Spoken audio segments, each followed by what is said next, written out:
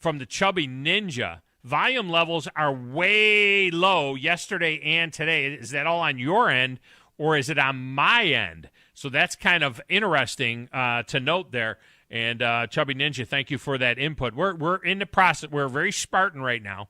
We are in the process of doing all of these different things and updating, and all the computers and the levels are being set on everything. So we appreciate everybody being, very patient with us as we do it. The guys have been doing a tremendous job getting everything up to speed, for sure. That's I can tell you that. Now, if you watched the morning show this morning, or if you're watching us now, you can see that we have very Spartan backgrounds right now in the control room and in the studio itself. Now, the Big Dog Production Studio is the same as always. You see these beautiful things that are behind me here in this studio, but in the mothership studios, we've got some really cool plans, so you're going to want to continue to be checking back and see, how all of that stuff looks. But it's a little bit Spartan right now. I will tell you this, though. Big Billy made it.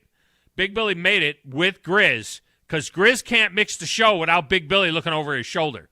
And he's got Big Billy looking over his shoulder now. So you can check all of that out on the online feed as well, at Twitter and Facebook and on the Twitch and on the YouTube channel as well. Now, you're going to want to get the app. Make sure you get the app so you can get all of our alternate streaming channels as well. We have a busy weekend of programming for you this week. Now, of course, we've got Game 6 tonight of the World Series, and if necessary, Game 7 tomorrow night. Hopefully it won't be necessary. Friday night, we have Madison Academy in the first round of the 4A playoffs hosting Hamilton, a 4-6 team on the season. The Mustangs were 9-1. That will be on our air and on our primary stream. Friday, we'll also have the scoreboard show, the North Alabama scoreboard show playoff edition. We'll have that for the next couple of weeks. And then on Zone 4, we'll have the Havoc game against Macon, as the Havoc are off to a 5-0 start this season. I will be on that game, as Steve will be doing the Madison Academy game on Friday night. So we've got lots of programming options for you. You're going to want to check in on that stuff and see how that goes. Chubby Ninja just said, volume went up. Well done by you guys. All right, I don't even know.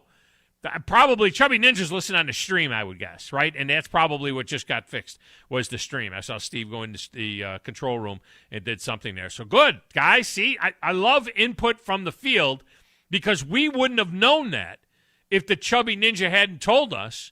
We wouldn't have had an idea as to what was going on that way. So, that's one of the things that you're doing when you're doing a complete studio makeover like we've done, for sure. Now, coming up in a few minutes, David Moulton of the SEC on CBS, the NFL on Fox, will join us as we anticipate tonight's first college football playoff poll. David will be in College Station for the Auburn-Texas A&M game on Saturday as well. Not sure yet where he is going to be on Sunday. I'll just be honest with you. I'm not sure where he is going to be on Sunday with the NFL, but dude is all over the place, and he'll be joining us in a little bit. And at the top of the 11, Alan Carpenter from TomahawkTake.com will join us to set up tonight's Game 6 in the World Series.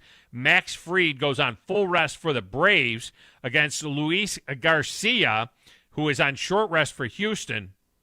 Waiting in the wings for tomorrow is Ian Anderson, who left Game 3 after 5 innings and 76 pitches with a no-hitter. I mean, can you imagine if the Braves, let's say they're nursing like a 2-run lead in the 8th inning tonight, all right? Do you just stick with the guys in the bully, the arm barn? Do you just stick with the arm barn? Or, I mean, do you roll Ian Anderson out in the 8th inning? They have him pitch 1 inning and just try to end the whole friggin' thing right then and there? Just saying. I don't know. I'm not that smart to know that. All right, so the big story for college football tonight, of course, is the return of Maction. Said no one. No, it's the college football playoff poll, which makes all other polls inconsequential the rest of the way. These are the rankings that will be associated with the teams from here on out. The little number next to the team's name will be the number that it's tonight, okay? That will be from here on out. So, with no further ado, let me roll out the way I would roll it. 10, 9, 8, 7, 6, 5, 4, 3, 2, 1. It's the Tuesday Top 10. This is the way I would do it, okay? This is just the way I would do it. I would have, of course, Georgia number 1. I think I would have Oklahoma, too. They're unbeaten. I know they have looked sloppy at times, but they looked good this last week. I think they're improving. They got the right guy at quarterback in Caleb Williams. They're undefeated. I'd have Oklahoma 2, Alabama 3, Ohio State 4, Michigan State 5, Cincinnati 6, Oregon 7, Notre Dame 8, Michigan 9. I would have Auburn 10. 10. That's the way I would go. That's the way I would go. Now, Jerry Palm from CBS Sports, he has Georgia 1. Now, this is his prediction. This is not his prediction of the final playoff, Final Four. This is his prediction of what the rankings will look like tonight based on the criteria. Remember, there's criteria.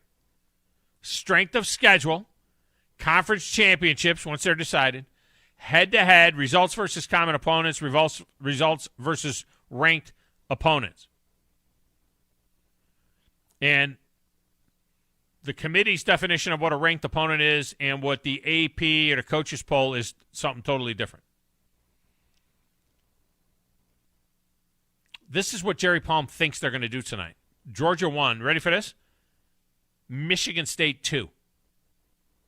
He says the Spartans won their biggest game of the season so far, coming from behind to beat Michigan 37-33, giving MSU the quality win it was missing. Being undefeated against a good schedule and a win against a team highly ranked on this list means the Spartans should be the second only to Georgia. Got Alabama 3. This would tie for the record with the highest starting point for a team with a loss, but it's not that unusual. It has happened 3 other times, excluding 2020. But this would just be the second time a team started this high in the rankings, having lost to a team ranked below them. The Crimson Tide are so good that many still expect them to win the college football playoff. Yet they're still the favorite. It's crazy. It's weird because they're not the favorite in the SEC championship game. And if they don't win the SEC championship game, I don't think they're going to the playoff. They're not the 2 losses. They're not going to the playoff for that. He has number 4, Ohio State.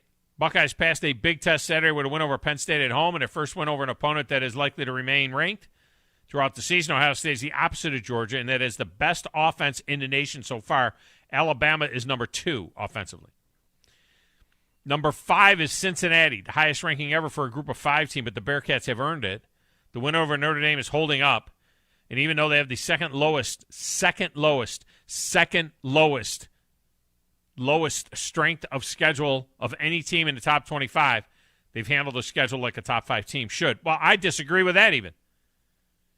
They barely beat Navy, and they pulled away late and barely beat Tulane in front of 18,000 people. 18,000 people. More people listening to the show than that. 18,000 people. Are you kidding me? I have a problem right now.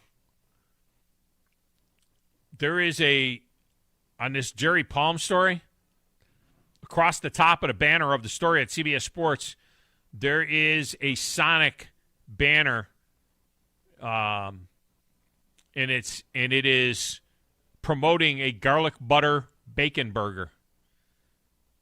I mean, those are 3 things that I love about the most: garlic, bacon, burger, and it's got cheese on it. That's on my list, too. You know what I need to do? I need to go to Bubby's Diner and get one of those bacon gravy burgers. That's what I'm going to do. I'm going to go to Bubby's. I might go there for lunch today. A Junkyard Babe riding shotgun with me today. We're putting pictures up in the studio. She's got the eye. I got the hammer. Number 6 is Oklahoma, according to Jerry Palm. 7 is Michigan. 8 is Wake Forest. 9 is Oregon. 10, Notre Dame. 11, Oklahoma, 12, Baylor, and 13, Auburn. 14, Ole Miss. 15, Texas A&M, a little run of SEC teams. 13, 14, and 15. Let's see how close I come. My sense is that the committee is going to put Cincinnati higher than I have them, but I'm sorry. I don't see them beating any of the teams I already had ahead of them more than 3 times in 10 games. Can they beat them once? Sure, they could beat them all once. They could win any one of those games one time. But they're going to lose 7 out of 10 against any of the teams that I've listed in front of them. It's more than just being undefeated, because who you play means something. That win at Notre Dame is nice, but after that they played Temple, UCF, Navy, and Tulane. Not exactly Georgia, Arkansas, Ole Miss, and Texas A&M, which, by the way, is the quartet that Auburn is in the middle of. Hell, look at Kentucky. Florida, LSU, at Georgia, at Mississippi State. Now to get an improving Tennessee team at home. Play that schedule, then get back to me. The NFL trade deadline is at 3 today. Some moves have already been made. We'll get into that. But over there in the little glass booth, playing the platters that matter and the stacks of wax and manning the phones, hyperventilating a little bit for tonight's Game 6. He's a little frayed right now. Needs a window. He's a little frayed right now. Not afraid. He's a little frayed right now because of all the work that's been involved in, getting the studio right. It's Coach Chris. Who in the blue hell are you? What is your name? Detective. It doesn't matter what your name is. I'm the producer of this show. If I didn't step up, you're nowhere. I put this thing together out of spit and polish. I think this is one of the traits of a really good producer. Keep the talent happy. I'm all jacked up on Mountain Dew. Now, Tom. Hey, Tom. Testosterone high today. Testosterone, whatever the it is. It really doesn't matter what you think. All right? It really doesn't matter what you say. Any of you play sports?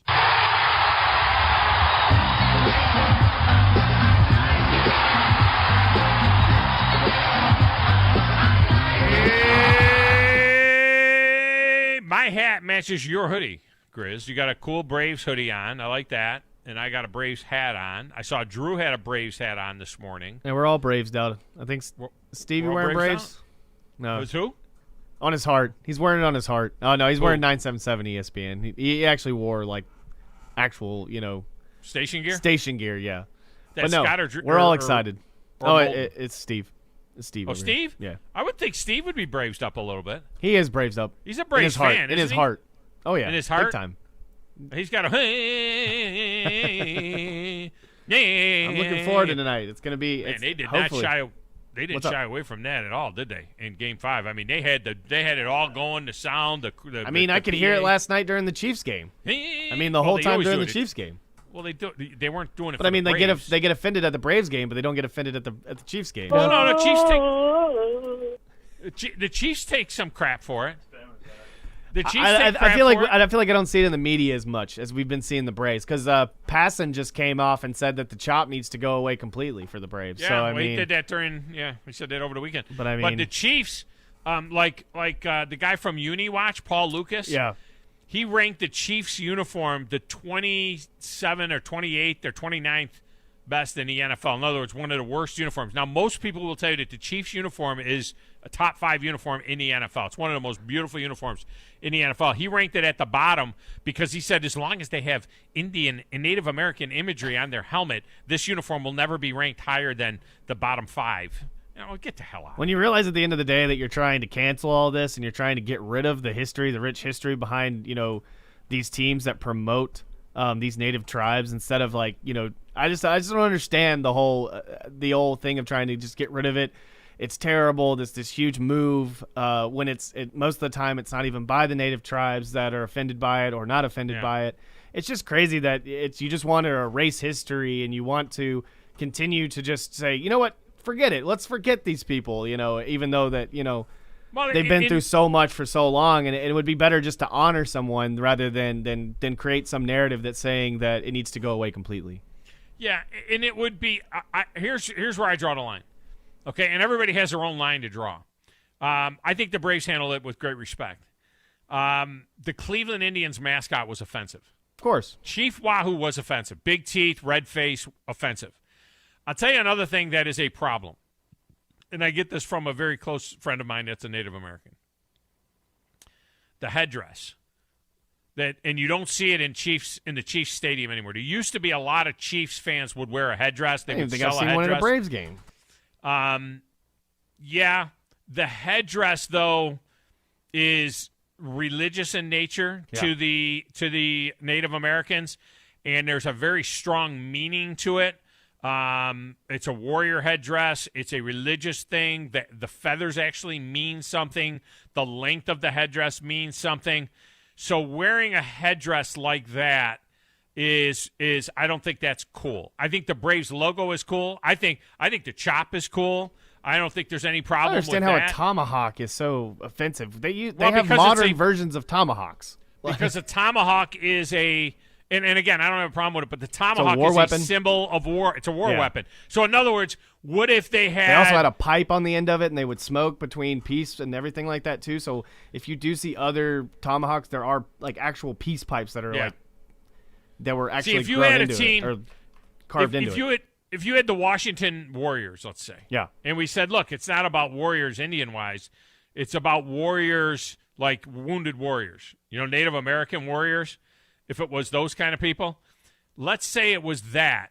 And if it was that, and we had, can you wait till the commercial break here in a second? I mean, I'm going to go to the break here in a second. If it was that, we would have like M16s. If the logo was M16s, that would be a problem. You know what I mean? That would be an issue if there were M16s. But anyway, that's a whole nother argument for another day. All right, let's get a break in here. When we come back, David Moulton will join us, and he'll join us talking some college football and NFL football right here on the Thom Abraham Show on 97.7 ESPN, The Zone.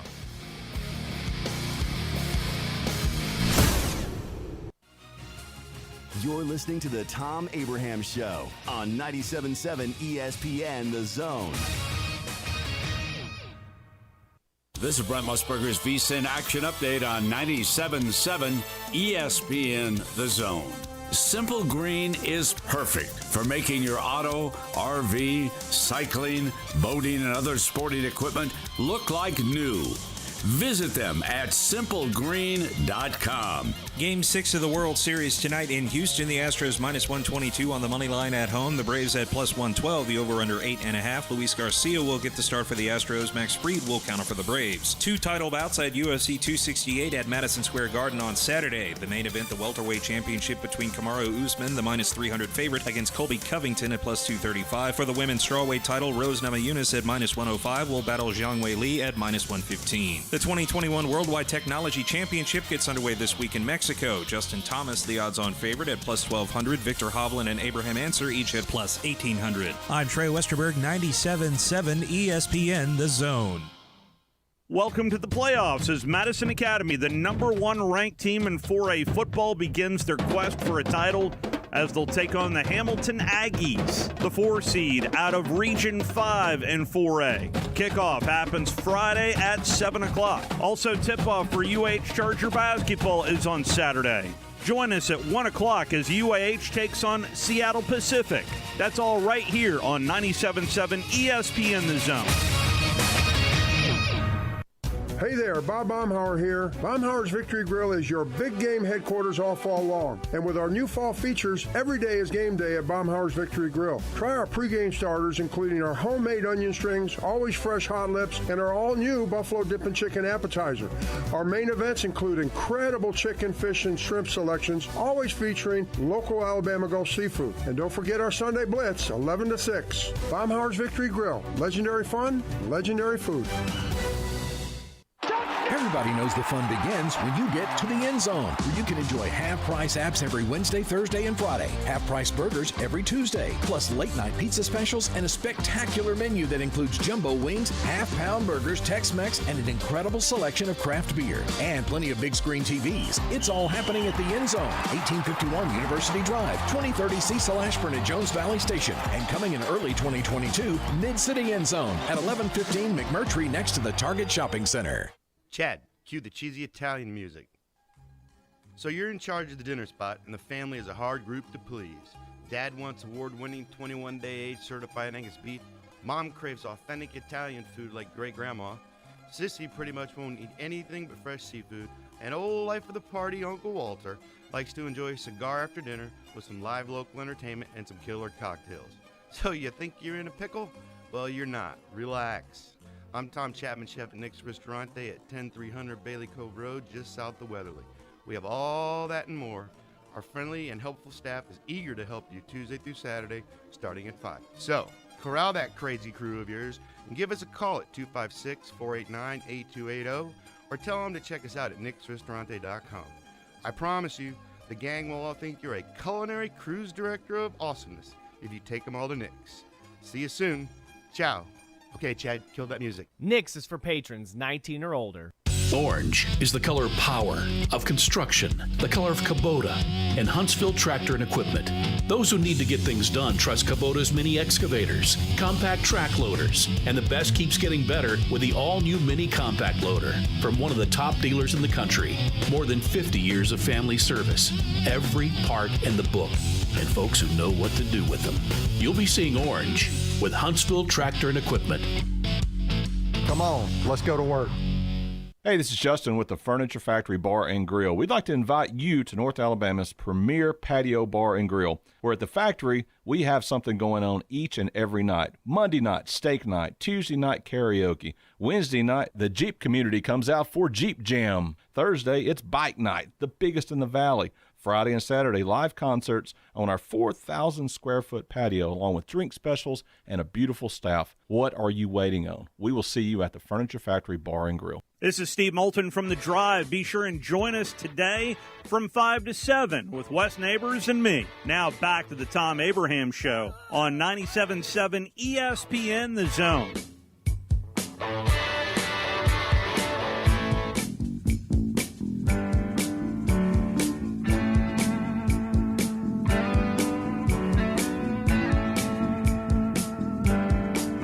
This segment of the Thom Abraham Show is brought to you by North Alabama Mortgage, bringing us David Moulton each and every Tuesday here on Top 10 Tuesday in the Doghouse.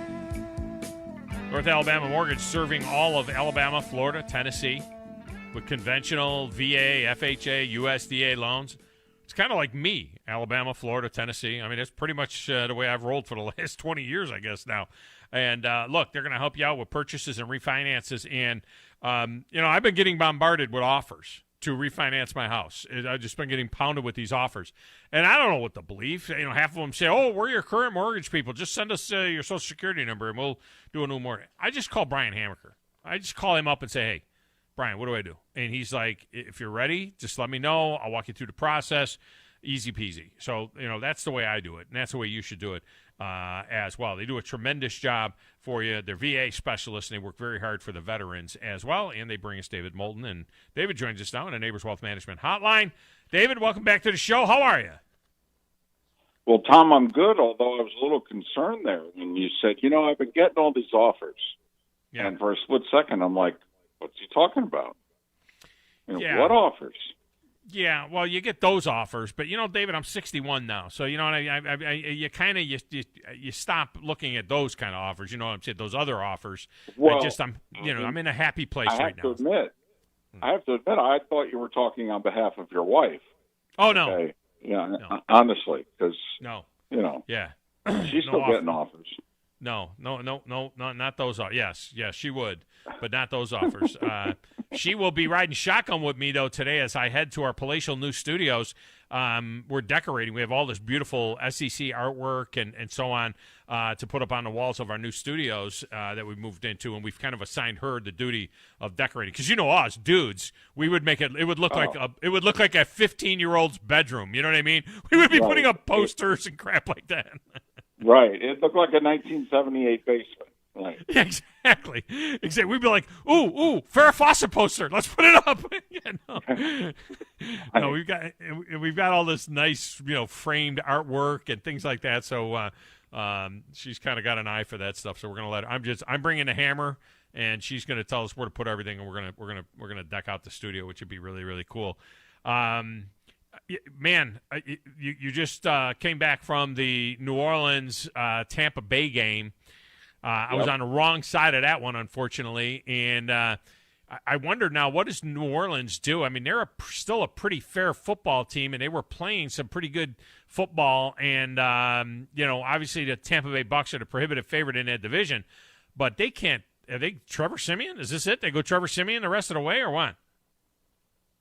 Well, I think they're going to try Taysom Hill. If you believe Sean Payton, he has been telling everybody who has asked him for 2 years how much he loves Taysom Hill. He believes Taysom Hill is a starting quarterback you can win with. And we all have kind of looked at him and tilted our head and wondered. And he's like, no, I'm telling you, there's talent here. You can win games with Taysom Hill. He also, believe it or not, this year in camp has been telling beat writers on the side, the Simeon guy in a pinch. Now, do we think either one of them can string together wins in January? Probably not.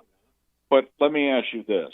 Who are you realistically going to be able to acquire between now and 3 o'clock Central Time that will make the New Orleans Saints join the top 5 teams in the NFC as a legitimate Super Bowl contender? I mean, Jimmy Garoppolo? I mean, so I'm talking about realistic quarterbacks you can get your hands on. And the Niners would have to agree to take almost all the salary on Garoppolo, which means the Saints would probably have to give up a first-round pick to get Jimmy Garoppolo. I mean, I don't think you could pry Tua away from the Dolphins. I don't know how much better mid-season, you want to bring Teddy Bridgewater back, who went 5-0 as a fill-in for you a couple of years ago? I mean, how far are you willing to go here if you're the Saints, Tom? Well, I mean, you're a half a game behind Tampa Bay in the division. Now, whether or not you're a Super Bowl contender or not, I think you have to make decisions based on playoffs. I mean, look at the Atlanta Braves. They're 1 game away from winning the World Series, and everybody was saying, yeah, you go get this guy and that guy, but you're not going to win 90 games, and you limp into the playoff, and then you're just going to get smoked by the Giants or the Dodgers. And then look at them. Now here they are ready to potentially win the World Series. I think you just need to get to the playoff. What about, do you even kick the tires on Cam Newton? Do you even call him up? Well, I don't think so, because I don't think Cam's skill set at this stage of his career fits a Sean Payton offense. I mean, let's face it, Cam's not an Taysom Hill does? Isn't Cam Newton Taysom Hill to the next level? He's much more accurate, Taysom is right now, than Cam is. Wow. Right? And the Saints have already ruled Cam out. They said they're not going to kick those tires. I'll say this. I think the Saints can get to the playoffs with their current quarterback room. I don't think they can do damage in the playoffs with what they have. But in the NFC, and 2, Tom, I'm pretty sure 9's going to get you in the NFC. And you're talking about 9 and 7 getting you in the 9 NFC. And 8. No, 9 and 8. 9 and 8. 9 and 8 now getting you in the NFC if that'll get it done. And who knows? That may be the same scenario in the AFC where you'll see the Indianapolis Colts on Thursday night if they host the New York Jets, and the Colts are at 3-5 and are in danger of circling the drain after that horrific loss to the Titans. The Titans are the number 1 seed, but they lose the number 1 running back in all of the NFL, and so who knows what's going to happen there. But right now, you look at the back end there, the playoff, the wild card contenders there. You're looking at 4-3 Pittsburgh, 4-3 Chargers, 4-4 New England, Kansas City, and Cleveland. So and Denver. So you might have that same scenario. 10 for sure, and maybe even 9 and 8 could get you in. Tom, I thought you brought up a really good analogy that can compare to the Titans. Look at what the Braves did leading up to the trading deadline. They didn't try to replace Acuna with 1 guy. They replaced him with 4. I think the Titans need to do the same. They need to go, Adrian Peterson, come on, that's not the answer. Go get 3 more running backs. Seriously. And then you may need them just to get through the end of the year because no one's running at Derrick Henry's workload, number 1. And then number 2, come the playoffs, maybe you ride a hot guy for 1 game and a hot guy for the next. If I'm Tennessee, I mean, do you make a play for Barkley and the Giants? But I would just try to go get numbers at this point. A Wayne Gallman, all right, I don't know, a Myles Gaskin from the Dolphins. I go bring in 3-4 guys like the Braves brought in, 3-4 good, solid players. I would bring them all in at running back and take my shot. Well, I mean, look at Cleveland's running back room. You got that Ernest Johnson from Immokalee right there near where you're at, and the kid just ran for 146 yards, and he's the 3-back. Kareem Hunt's going to be back and healthy at some particular point in time. And they've got the Felton kid out of UCLA that looks just like Johnson. So you almost wondering whether they make a move. If you're Cleveland, would you trade Hunt? Because they're not going to trade the 3rd and 4th guys because they're young and cheap. Okay, so the question is, would you trade Hunt? If you will, from Tennessee, I'm interested. That would be a little bit much, I think. He's just. I think you can see what they're missing without him, and he's a Cleveland kid. I think he's in the perfect spot. They're keeping him, out of trouble. I don't know. I think that one would be a little bit. You think anybody would take OBJ for anything? A ball of twine and some marbles. No. I mean, good God, do something with that guy. No, cut him then. No, I will say his contract after this year is not guaranteed, so he's going to be a cap casualty, whether it's the Browns or anybody who acquires him. The problem is right now, for his salary and his level of production, he's clearly still not 100% coming back from the knee. I mean, why would you acquire him? Yeah, well, yeah, exactly, because he will be. Or anything more than a song. Yeah. I mean, a 7th rounder that's additional 6th if he does something. If it's a Leonard Skinner song, I would take it. If they would give me 3 steps or something like that, the breeze, something like that, I would take it. I don't think you could get Freebird for him. I mean, it would have to be something. You couldn't get Sweet Home. It would have to be like a 4th or 5th cut off of Skinner's, Call Me Leonard Skinner is our name album, something along I'll say this, though. If you're Cleveland, you may want to try a Devontae Parker. Take him off Miami's hands. I mean, if you think about it, the AFC, I think Buffalo right now is probably the best team in the conference. The AFC looks like jambalaya. Yeah. Meanwhile, the top of the NFC, there's virtually nothing separating the top 5 teams in the NFC. And so I would be making deals today if I was one of 12 general managers. 1 or 2 key deals could go a long way this year in January. We are not going to have a prohibitive favorite in either conference, I don't believe, entering the playoffs this year. We've had it in past years. Yeah. I don't think we'll have it this year. And I saw an idea floated, A.J. Green out of Arizona for OBJ, with the concern that, who might make a move for OBJ would be the Packers, who you'll see this week against the Chiefs on Sunday, but that the Packers might be, because they're always pining about getting some help in that receiver room. I don't know how much you could help them, but Arizona, I would take A.J. Green in a heartbeat for OBJ. Well, I mean, A.J. Green didn't show me much last Thursday, I'll say that. No. He looked old, slow, and stiff to me. Yeah. Aaron Rodgers makes wide receivers off the street look more than serviceable. I would be surprised if they went and got a wide receiver. Now, they lost Tanyan for the year. Do you go get an Evan Ingram from the Giants, somebody like that, to help you at tight end?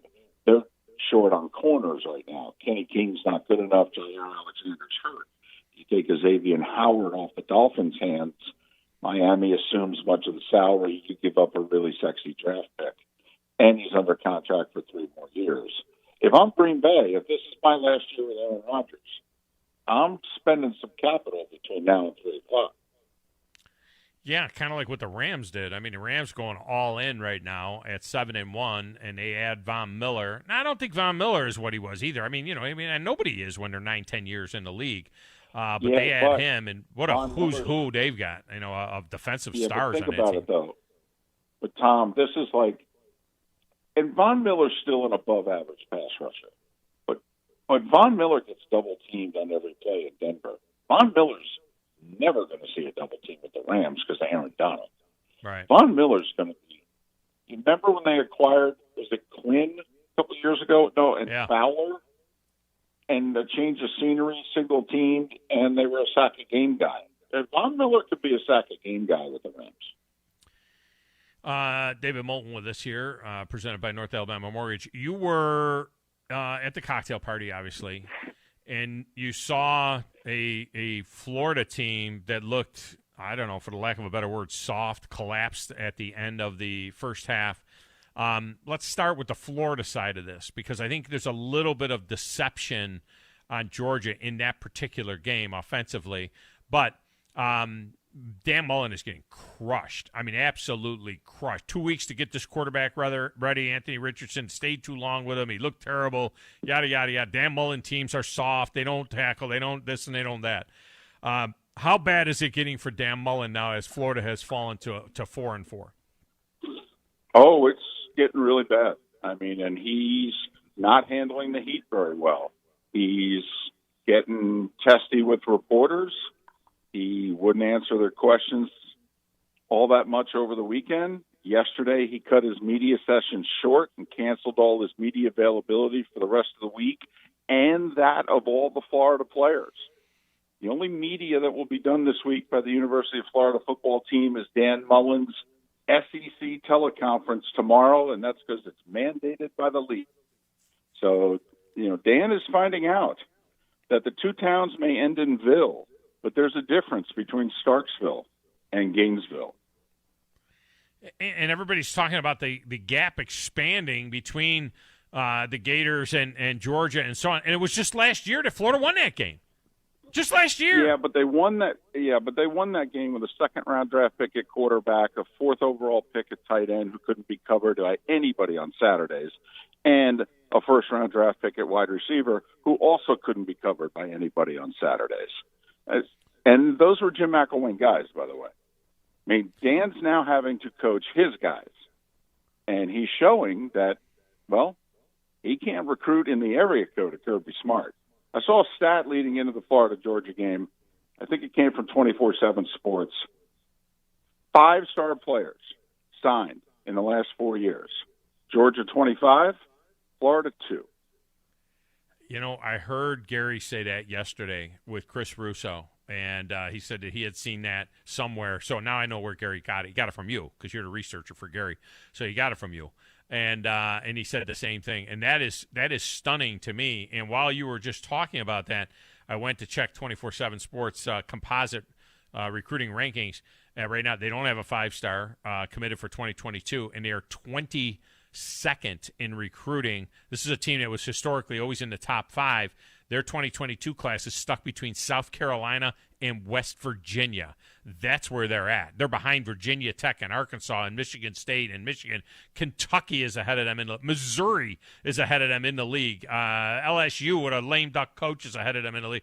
I mean, they're in the bottom half of the league. That's kind of stunning that for Florida to have that kind of a recruiting class. Well, and listen, we've had a couple of programs in the last 10 or so years who have been able to be great without top 3-4 class. Clemson, for the most part, Dabo's not a top 3-4 recruiter. He's a top 10 recruiter. But he also looks for certain guys, and he's got his culture and that sort of thing. When Chip Kelly was at Oregon, Oregon didn't have top 10 classes, and he obviously built a power there. Short-lived, but a bit of a power. The problem is, I don't know if you can do that in the SEC. I don't know if you can take 3 stars and make them good enough to be elite. I think you can do what Stoops is doing, which is get your hand on a bunch of 3 stars and make them good enough to go 9-3. And maybe if you can sprinkle in a couple of key transfers. But, right now, if you're Florida, before we kick off, you are absolutely positively getting beaten in recruiting by Alabama, A&M, LSU, and Georgia. And I mean beaten. It ain't close. How do you overcome that? You play Georgia and LSU every year to start. Mm-hmm. Never mind who else you may play on that list. This year you got Alabama. Last year you had A&M. Next year you have A&M. I mean, they got to improve their recruiting. And for as much as I like Dan's an elite play caller, not an elite recruiter. And I don't know if he has it in him. They're getting beat by Missouri and Kentucky as well, in the SEC. I mean, that's a whole other story. If that's going to happen, you're not going to have the job very long. Right. And now here's the interesting thing. The team you're going to see this week, you got an outstanding game with Auburn taking on Texas A&M. Auburn getting about 4.5 points in that game at Texas A&M. Brian Harsin is doing an excellent job coaching up Gus's kids. I mean, really coaching up Gus's kids. There has been a concern all along about Auburn recruiting. They have been at the bottom. I mean, literally between 11 and 14 in the SEC. They're mired in 34th place right now nationally between Baylor and Arizona with 13 commits, and of those, only 5 of them are 4-stars and 0 are 5-star kids. You wonder about Brian Harsin's ability to recruit in the Dirty South. He's doing a tremendous job. That was a Bo Nix that we haven't seen, and Nix is getting better and better. He's doing a tremendous job with somebody else's kids. He did get some key transfers in, but it's very, very interesting to see if we're going to be having the same conversation about Brian Harsin in 2 years when all of those kids are gone and he hasn't brought in any kind of real serious SEC talent. Okay, and you mentioned both things that I was going to bring up. Number one, at least give him one more year to catch up. Maybe he and his staff starting from behind, the whole deal, and maybe they're not going to get fully up to speed until the class of 2023. But the second thing is nowadays you can fill in holes with the transfer portal. Yeah. And think about it. If you're an SEC school and you have playing time available, you're not going to lack for kids with their hands raised going, Coach, I can be there tomorrow. Yeah. So in a very short-term fixed scenario, I think Harsin and Auburn can fill in the holes. But if the 2023 class a year from now and you're quoting stats like that, then, yeah, they're in trouble. Well, and the other thing that is a storyline for you guys, I think, we'll see whether or not it gets developed in a game. There's two. Bo Nix, if he comes back next year, I mean, the mindset was when Bo Nix was the number one quarterback, when he was recruited, number one quarterback coming out of high school, and everybody assumed it was 3 years because he started game one against Oregon his freshman year, and it was going to be a 3-year guy and goodbye. He is playing the best ball of his Auburn career now. If he finishes strong, certainly he could leave. But if he were to come back next year and have a second year with Brian Harsin in this offense and Mike Bobo, he's liable to move himself from a day 3 type draft pick to potentially, a first or second rounder with a big year in his senior year. Could you see Bo Nix hanging around and really making himself some money? Now that you don't have to run to the NFL to get paid, he's already getting paid by Milo Sweet Tea. Could you see him hang around for that senior year? I think Bo Nix needs to get 1 or 2 talent evaluators around him with NFL connections that he can really trust, because this year's draft class is not going to be good. If you finish this year strong and all of a sudden you start to create a buzz for yourself, you could be the quarterback that, you could be this year's Blake Bortles, if you know what I mean, who ends up going 3rd overall. This is going to be a weak draft class. So Bo, I think, is going to have to get some great information. What does the NFL think about me?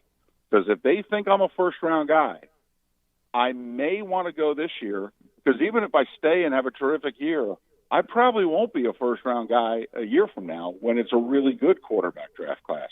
But I have always looked at Bo as a 4-year college guy. Yeah. I think will be a really good college quarterback, have a nice little legacy, and then I have no idea if he'll play on Sunday. And then finally, and I don't know, you tell me if this is something that you guys have been instructed at CBS to stay away from, but a big story down here is the fact that the University of Auburn has, made it very clear, Auburn University, I got to get that right. Auburn University has made it very clear that all employees will be vaccinated by December 8th or face termination. Brian Harsin has been very evasive, won't talk about it, won't talk about vaccination, won't talk about whether he's vaccinated or not. He had COVID within a couple of months ago, so he's not even eligible because of antibodies and all of that stuff. He's not eligible for the shot yet. But there's been more than a few words written about a potential Mike Rolovich type of scenario developing at Auburn if he is going to be stubborn and not get this shot, or at least not admit that he got it. Is that something you guys will even interject, this looming December 8th date of the university saying everybody gets vaccinated or they get released? One, I have no input into anything editorially that we do. Number two, in my 16 years as part of the SEC on CBS, I can't recall one instance in which either CBS in New York or the SEC out of Birmingham has ever influenced editorially what it is that's discussed during the broadcast. I could be wrong. They don't tell you this is a non-topic. No, yeah, that's, absolutely not. No. The second thing is, I think, this Saturday is 5 weeks away from that deadline. I doubt it will come up because of that. Now, if we're doing the Iron Bowl, yeah, timing-wise, hey, looming out there 10 days from now, yeah, I think it would have to come up because, hell, if we're going to have a Nick Rolovich scenario, then that could be Harson's last game at Auburn. Yeah. So maybe come Iron Bowl time, that's legitimate. I think bringing it up now, I don't know. I would stay against it. It's a sports talk show topic. Yeah. But I don't think it's the SEC on CBS this Saturday topic. Yeah. That's my personal. And it could be, especially if they're a 9-win team going into the Iron Bowl, which could happen. I mean, the way they played that. Well, game, yeah, that could be for the West. That could be for the West. If they beat A&M, that game's going to be for the West. All right. Quickly, would Cincinnati be in the 4 tonight? If it was me, yes. Do I think the committee will have them in the top 4? No, I don't. Yeah, if it was me, no. And I don't think they'll be in there. Michigan State and Ohio State? Just 2 SEC teams and 2 Big Ten teams tonight? I don't think it's 2 and 2. I do think it'll be 2 SEC teams. I think it'll be Michigan State over Ohio State. I mean, Michigan State's got 2, maybe 3 wins that are better than Ohio State's best win. Yeah. I don't know how I'll be honest with you. Alabama's got Ole Miss, and the rest of that resume is, we're putting Alabama up there because we just think they're really, really good. Right. But outside of Ole Miss, there's right. not much on that resume. Yeah, that Florida win doesn't look any good. That Miami win doesn't look any good anymore. All those things that look like they were going to be something, or nothing. All right, man. As always, fantastic work. Safe travels this week. College Station, Indianapolis, College Station, then Kansas City. That's not too bad. Those are short flights. You'll be all right. This is a 5-week stretch where 4 of the 5 weekends I've got Thursdays and Sundays to go with Saturdays. Between now and the end of November, you're going to have to remind me what city I'm in. I'm going to be that old rocker who says, "I love you, Cleveland," and the crowd goes, "You're in Detroit." Yeah, there you go. You know what, though? Got to make hay when the hay is available. So that's right. The way we live. It's the world we live in. All right, man. Appreciate you. You bet, Tom. All the best to your listeners. Thank you, David Moulton. All right, let's get a break. We'll come back and wrap up hour number 1 next, right here on 97.7 ESPN The Zone.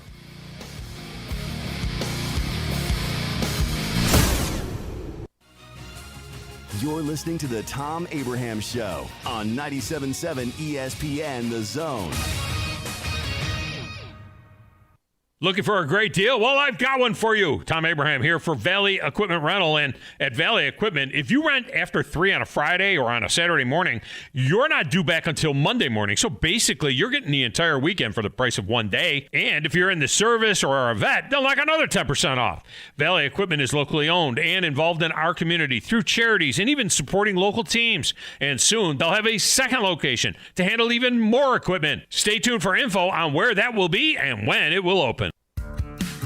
Have you ever found exactly the right new car or truck with the exact features that you want and nothing else? Well, at Woody Anderson Ford, we can promise you just that.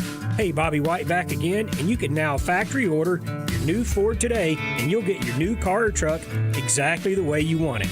And there's no extra cost to custom order. Plus, you get $1,000 off MSRP on top of any additional factory rebates. This applies to 2021 F-150, Explorer, Ranger, and Expedition. It's a win-win with a custom order at Woody Anderson Ford. You get the colors, the features, and the options that fit your life. Plus, you get notified when it's built, shipped, and ready to deliver. Listen, buying a new car or truck is likely the second largest investment you'll ever make. So why settle? Get exactly what you want with a custom factory order today and get $1,000 off MSRP. See how at WoodyAndersonFord.com or at the corner of Jordan Lane and Sparkman Drive. Hope to see you soon. We love our pets, and when we need boarding or vet services, we want the best. That's why we chose Paradise Pet Resort and Spa. Everything our pets needed, all in one place. Boarding for both dogs and cats.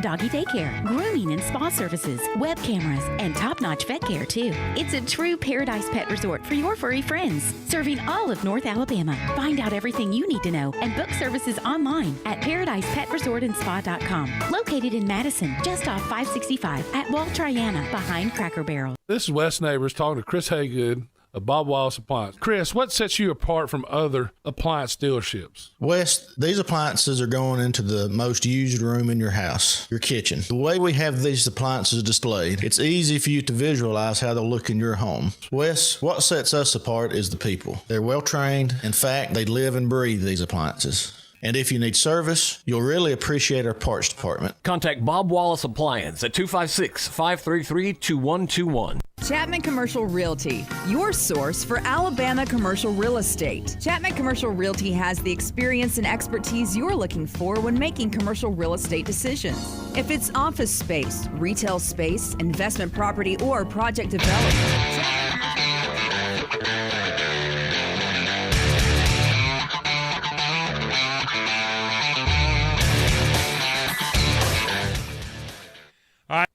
Number one is in the hopper. Coming up in hour number 2, we're going to get things started with some talk about Game 6 for tonight. And we'll do it with Ellen Carpenter from TomahawkTake.com. That's next, right here on the Thom Abraham Show. 97.7 ESPN, The Zone.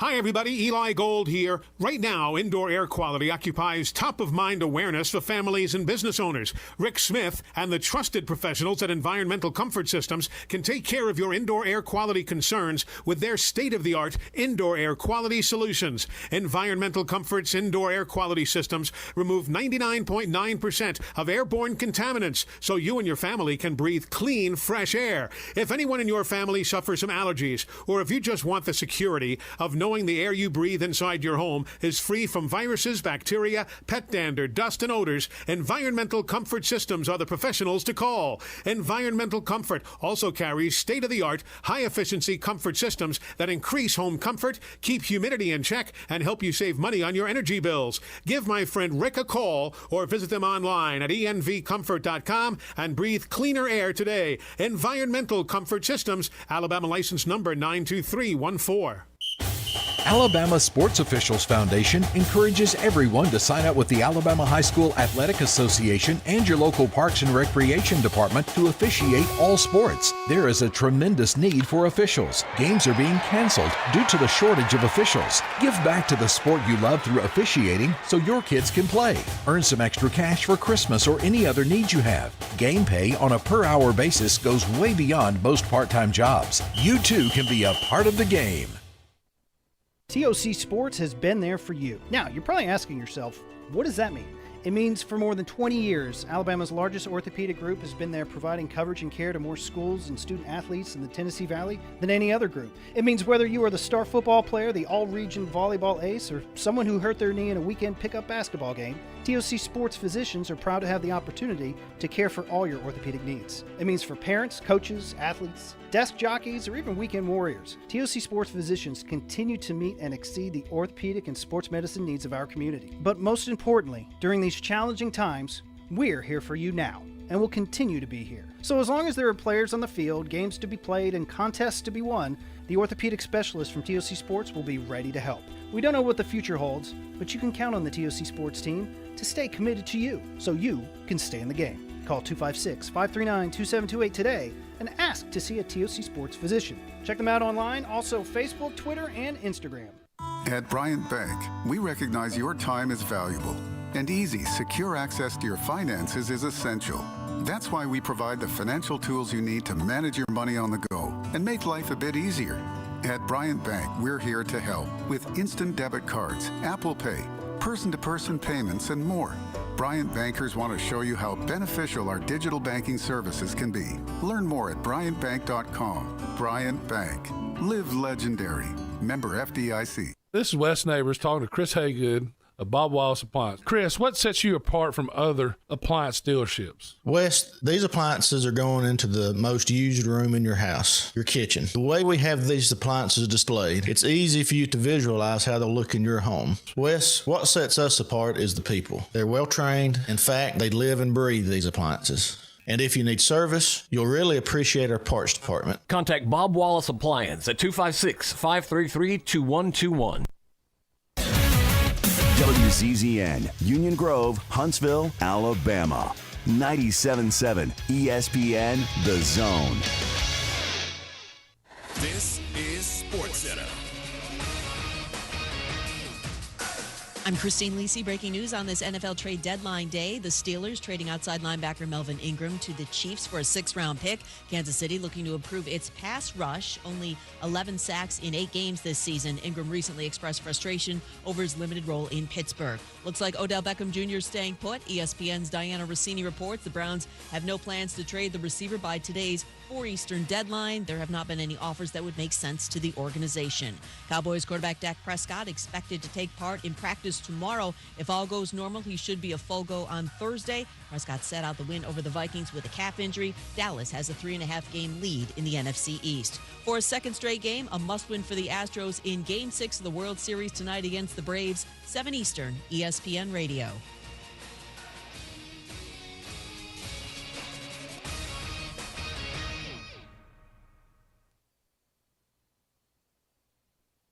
While other stations keep changing their lineup, Yeah! we keep plugging away. Did you lose your mind all of a sudden, or was it a slow, gradual process? Thank you for making us your number one choice for sports talk in North Alabama. We are 97.7 ESPN, The Zone. You need to be more like a dog. Like what you guys are doing. You've got your fingertip on the pulse of your listeners. You guys know what they're talking about. Be a dog. God bless the show. You are the Messiah. We need more dogs. This is the best show on radio. The big dog, Thom Abraham, is here with you. Hey, I see you. Hey, I see you, dog. So settle in and get your bark on. That's my dog. Now live, here he is, the big dog, Let's go, baby! Thom Abraham. How you doing? How you doing? How you doing? How you doing? How you doing? How you doing? How you doing? Look, I don't speak Spanish. I don't know how to say this, so I'm going to choose my words very carefully. I think you're a psycho. Do you know who I am? I mean, that guy sounds like El McPherson farting into Miles Davis' trumpet. I guess I'm on here. Am I on? Can somebody respond? Get off my lawn. I have to drag my Yankee ass out of here. And welcome back. Hour number 2 of the Thom Abraham Show. And, of course, tonight is a big, big night. This segment of the show, by the way, brought to you by our good friends at Woody Anderson Ford. At Woody Anderson Ford, you know, the service is going to be outstanding.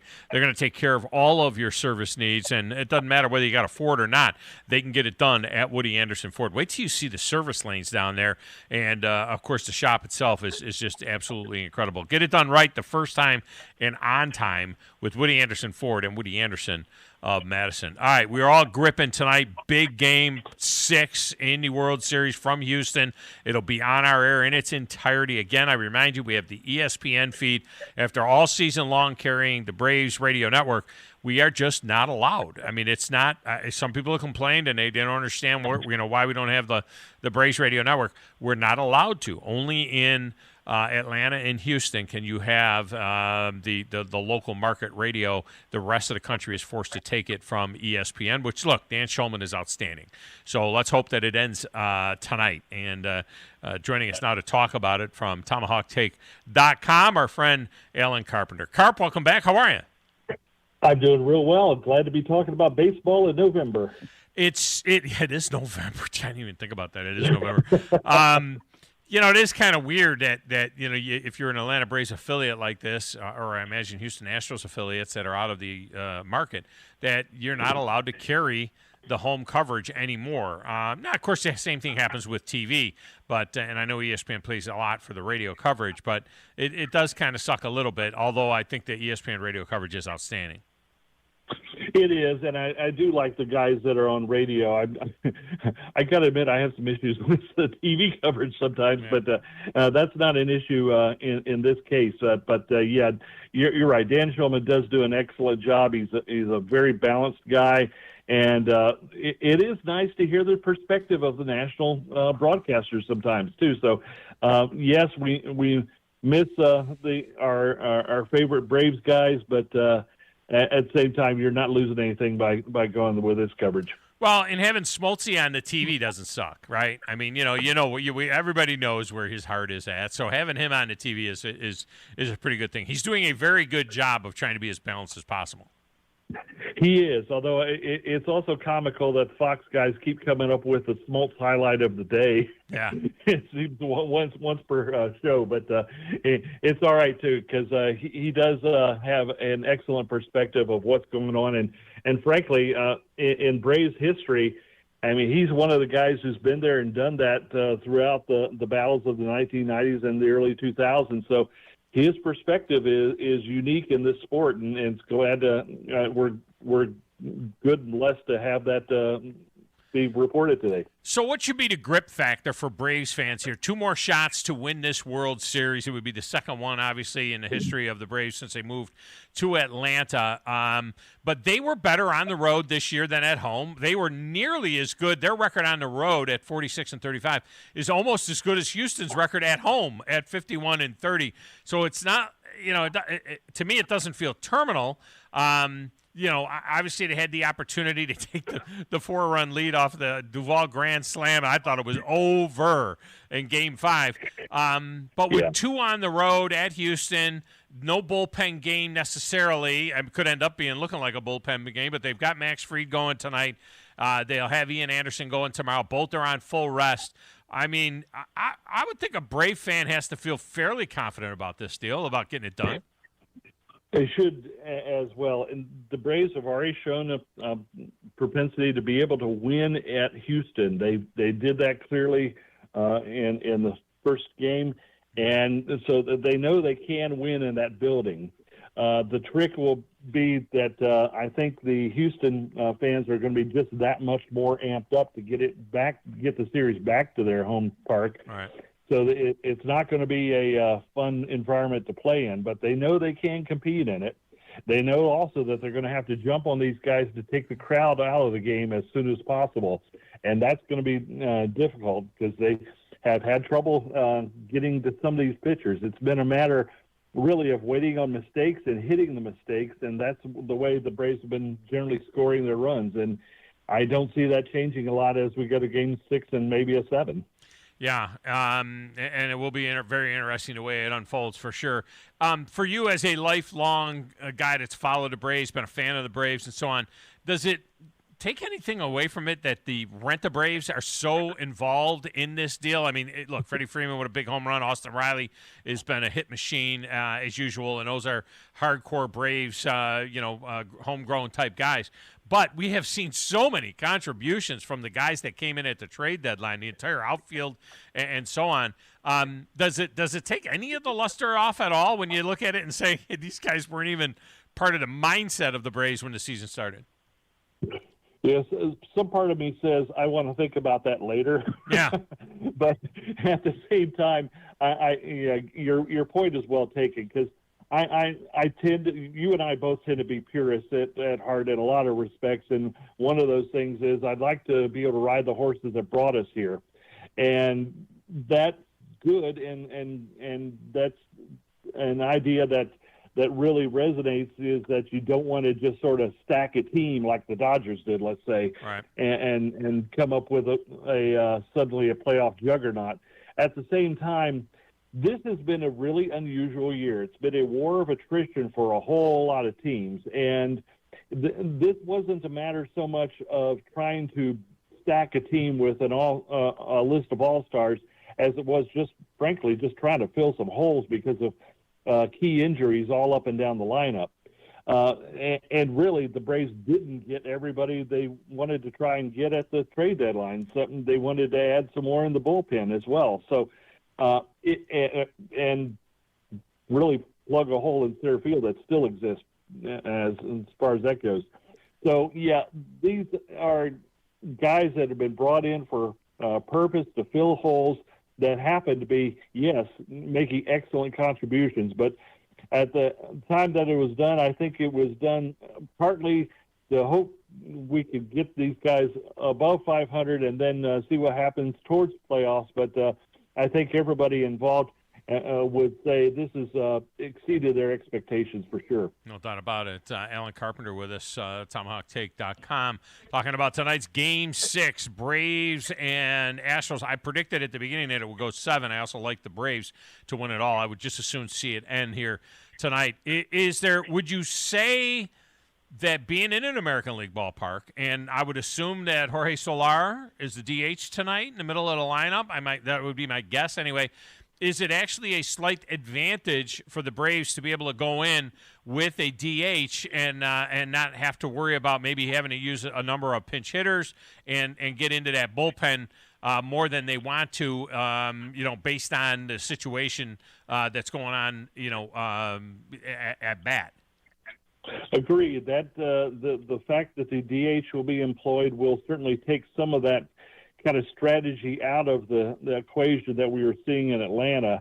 Both sides will be able to change pitchers essentially when they think they need to, as opposed to when they want to, as the lineup comes around in the batting order. So yeah, Soler is going to be the DH. He is the sort of the fourth defensive option in the outfield, maybe fifth really if you count Heredia.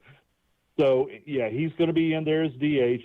The Braves will have their better crop of hitting defenders out in the outfield that we've seen: Rosario, Duvall, and Peterson out in right field. So that's going to be good for them. The Astros will certainly have Yordan Alvarez as their DH again, which gives them a little bit better defense with either McCormick or Siri out in center field.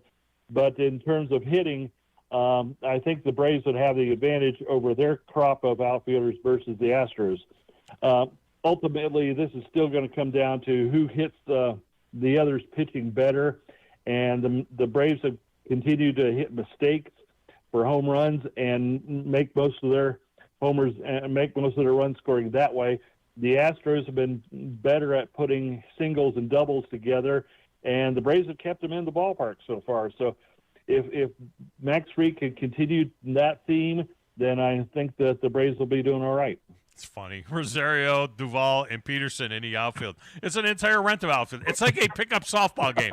It's like, you don't have enough guys. You want to play with like 2 outfielders, or should we play with 3 infielders and 2 outfielders? Hey, let's grab these guys. You guys want to play with us? And they come in and they play with us. Of that triumvirate in your mind, and you can add Soler to this conversation as well, who's back next year? I mean, who of those guys is going to find a spot on this roster next year? And every single one of them could be a World Series hero. Yeah, this is really tough because they can't keep them all, really.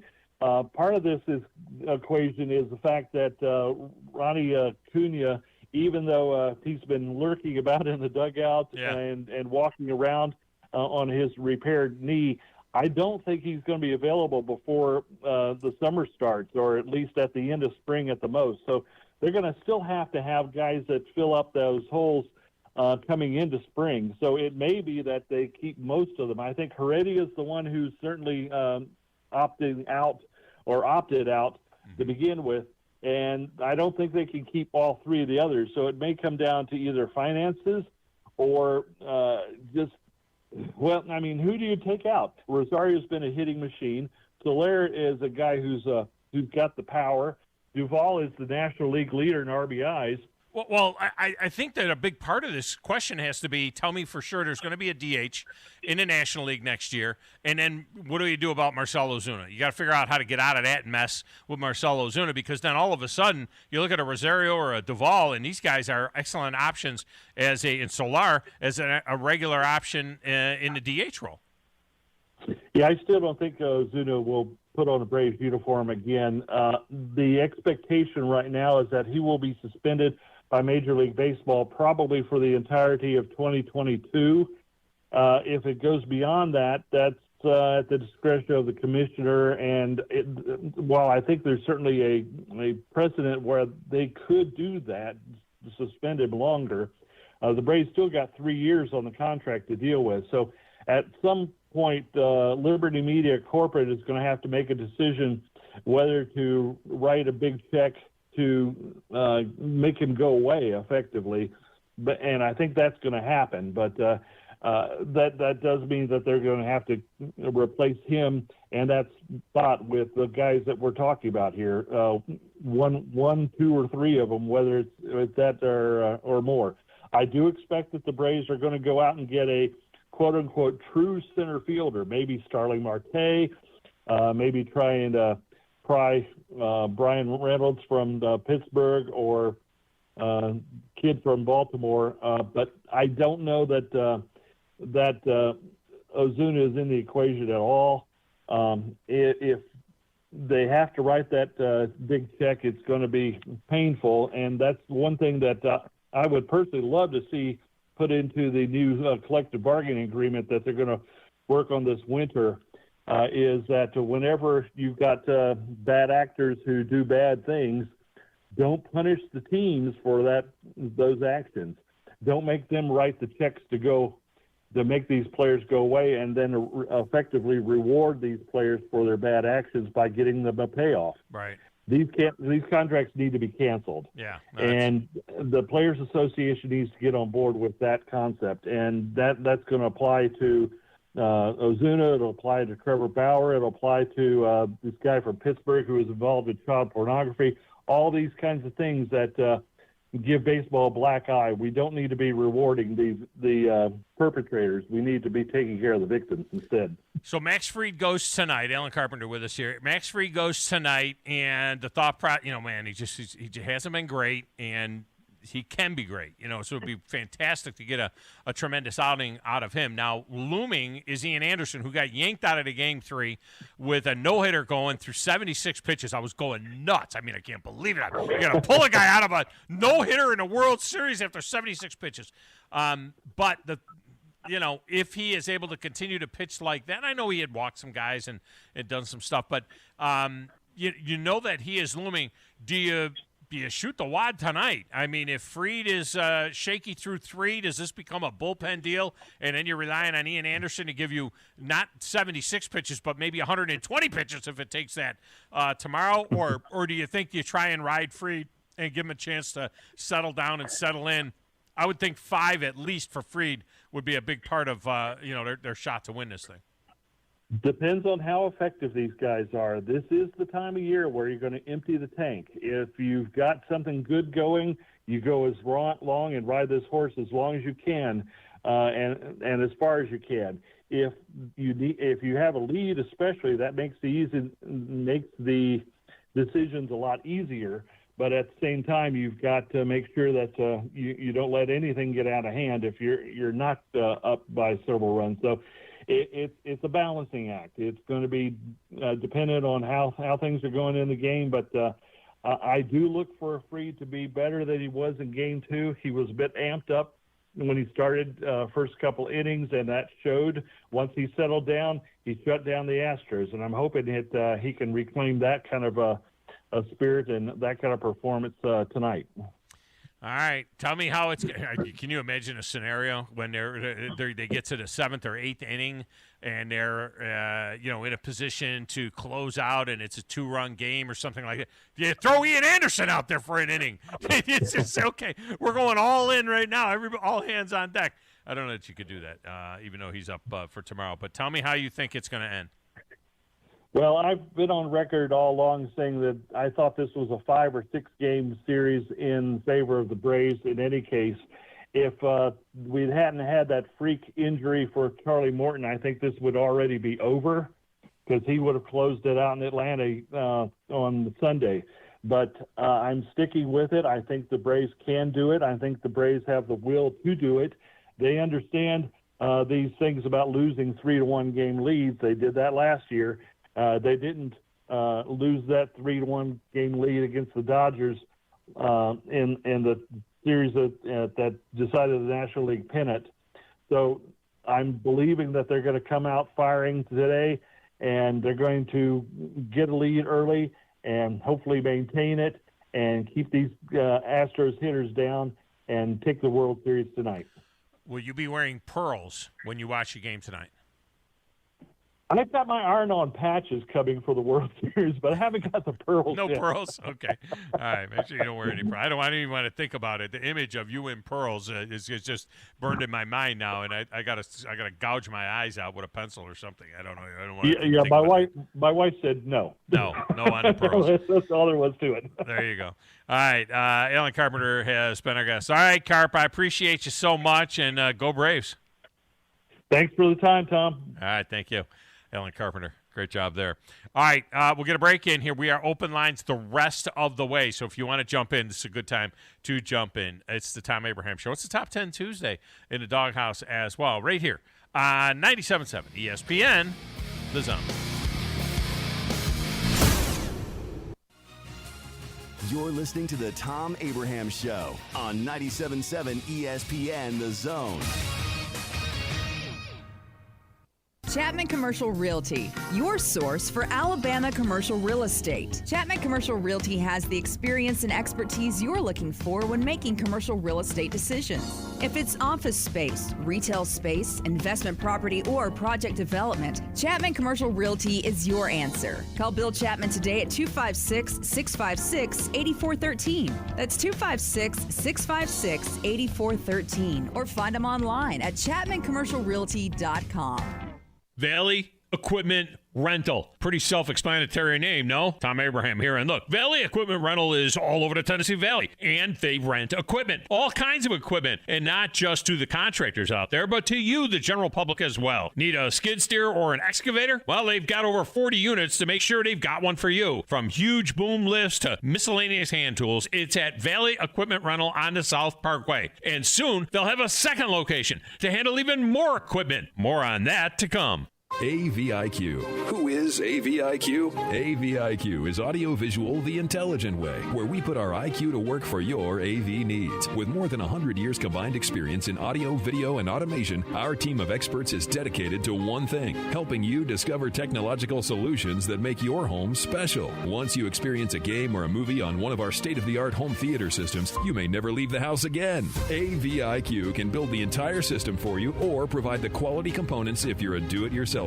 But AVIQ is more than just home theater and state-of-the-art sound systems. We offer a variety of control options for home technology. Energy efficiency, heightened security, and improved quality of life are all attainable through the automation of home systems. Intuitive and user-friendly control is our main priority in designing a system that meets your needs. Don't just take our word for it. You need to see it to believe it. Come visit us at our state-of-the-art showroom on University, just east of Jim and Nick's, across from AT&T, or visit aviqhsv.com. This is Wes Neighbors with Philip with Eagle Insulation, and we have an announcement to make. Yes, Wes, we are now Eagle Masonry and Insulation. We're still a place to call for your insulation needs, but now we offer masonry services. What kind of masonry projects can you handle? Wes, no job is too big, no job is too small. We can do renovations, new construction, outdoor fireplaces, fire pits, brick landscape borders. Well, when you came out to my house, you did both the insulation and masonry at the same time. You guys did rock for me, you did brick for me, and you insulated my house. That's usually done at the same time that you're building a house. Absolutely. It really capitalizes on two services you need at the same time, and you can get one company to handle both of those. Fill up with Eagle Insulation. We'll come out, do your installation. He'll do your masonry. They do a great job. They guarantee your work. Check out more online at insulatedwitheagle.com and schedule your free examination today. 256-755-1556. Thanks, Wes. Hi, my name is Dan Aldridge. I'm here to let you know about the Aldridge Law Firm and the soon-to-be-announced Legal Town Center. I've been practicing law in Alabama since 1984, and I also practice in Tennessee. And I'm from North Alabama, and I'm here to represent you and take care of your legal needs.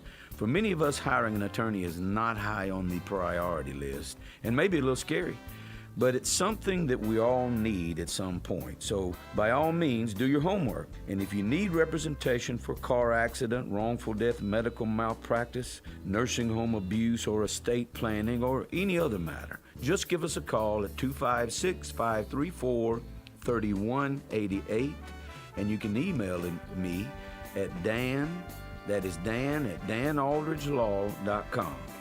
Dan at danaldridgelaw.com. God bless America. No representation is made that the quality of legal services to be performed is greater than the quality of legal services performed by other lawyers. The kitchen is the heart of any home. It's where the family gathers. It's where kids discover old recipes and make them their own. Just starting out or just now getting started on the dream kitchen you've always wanted? I'm Chris Haygood, and from all of us here at Bob Wallace Appliance to the home builders and the homeowners, a heartfelt thank you for buying local. We're in Huntsville, Florence, and Coleman, and online at bobwallaceappliance.com. Follow us on Twitter. Subscribe to us on our YouTube channel and Twitch. Just search 97.7 ESPN. We are 97.7 ESPN The Zone.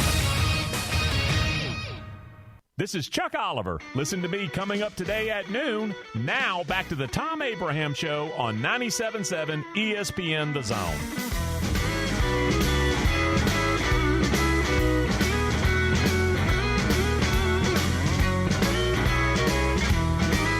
All right, phone lines are open first time today.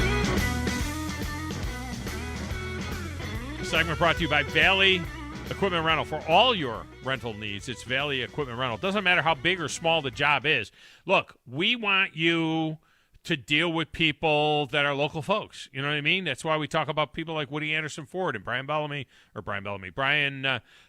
over at North Alabama Mortgage and all of our other great local sponsors. Well, that's where Ross Roberts and his team comes in. This is a locally owned company.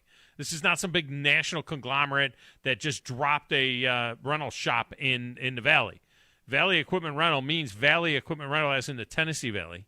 Now they've got a second location that they are working on, which is going to house even more equipment, bigger equipment, more dozers, more big-time excavators. So whether it's an oddball tool that you need, something small, rent a ladder, to an excavator or a big lift or something like that. You're gonna power wash a building, and you need a lift and a power washer. They got it all at Valley Equipment. Check them out. Take care of the people that take care of us. All right, phone lines are open. As I said, first time today, 256-576-4977. We haven't taken a call yet because we've been kind of slammed, throughout the show, but we are now open lines the rest of the way. If you want to get in, our Tuesday top 10 was, if you missed it earlier, I rolled out the way I would do it tonight. And I'm not even sure I like my poll tonight because I think I would put Michigan State, the more I think about it, I would also put Michigan State ahead of Ohio State. I had Georgia, Oklahoma, Alabama, Ohio State, Michigan State, Cincinnati 6, Oregon, Notre Dame, Michigan, and I have Auburn 10. I think Auburn's been impressive. I think it's how are you playing now? That type of stuff. All right? And so to me, I think that's the way I look at it. But I could absolutely see Michigan State in the 4 tonight. And the more I think about it, the more I think it's going to be that way. Jerry Palm says that they're going to be 2. Jerry Palm says it's going to be Georgia, Michigan State, Alabama, Ohio State. It's never what they say it is in the first iteration. It never is. Remember the first year, the first iteration had, I think, Ole Miss and Mississippi State in there. I think Mississippi State was like 1. It's never this. And look, There's only one way that Alabama and Georgia are in it. And that's with Alabama beating Georgia in the SEC championship game, assuming they get there. We know Georgia is there. Assuming Alabama can get there. That's the only way this happens. And so that means that there's no chance, in my opinion, of it being anything like this. Jerry Palm has it Georgia, Michigan State, Alabama, Ohio State. Well, Michigan State and Ohio State are going to play.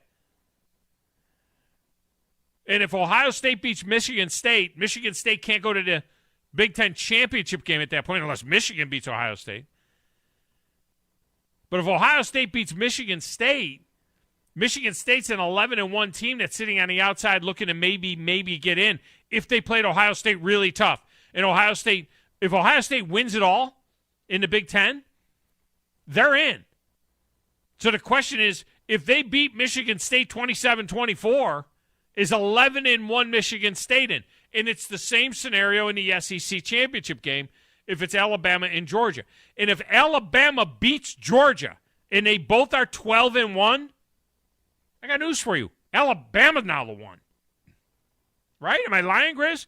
Wouldn't Alabama be the one if they beat if Georgia beats Alabama, Alabama's out. Oh, yeah, without a doubt.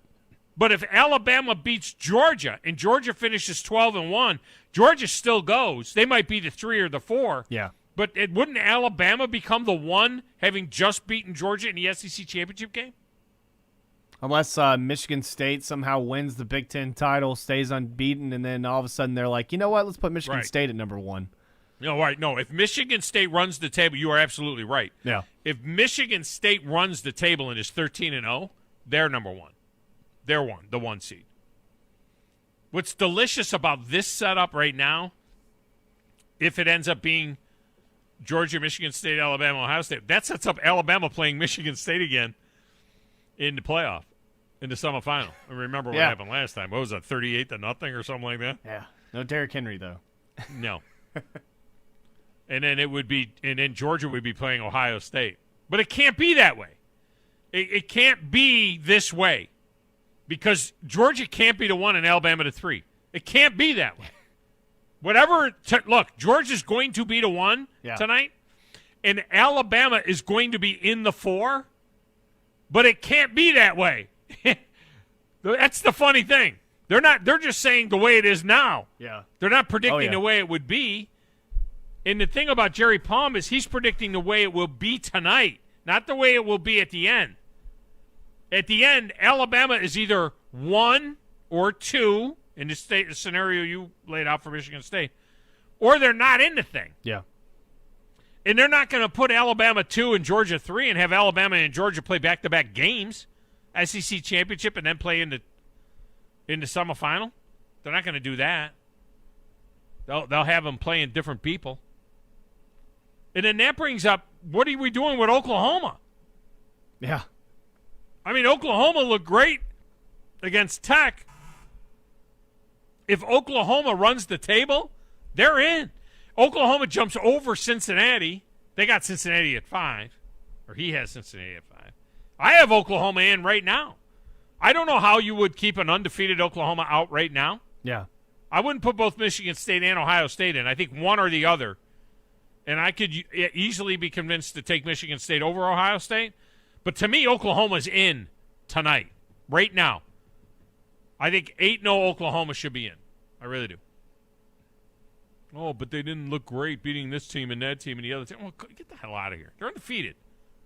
And they're undefeated against real teams. They're not a Cincinnati undefeated.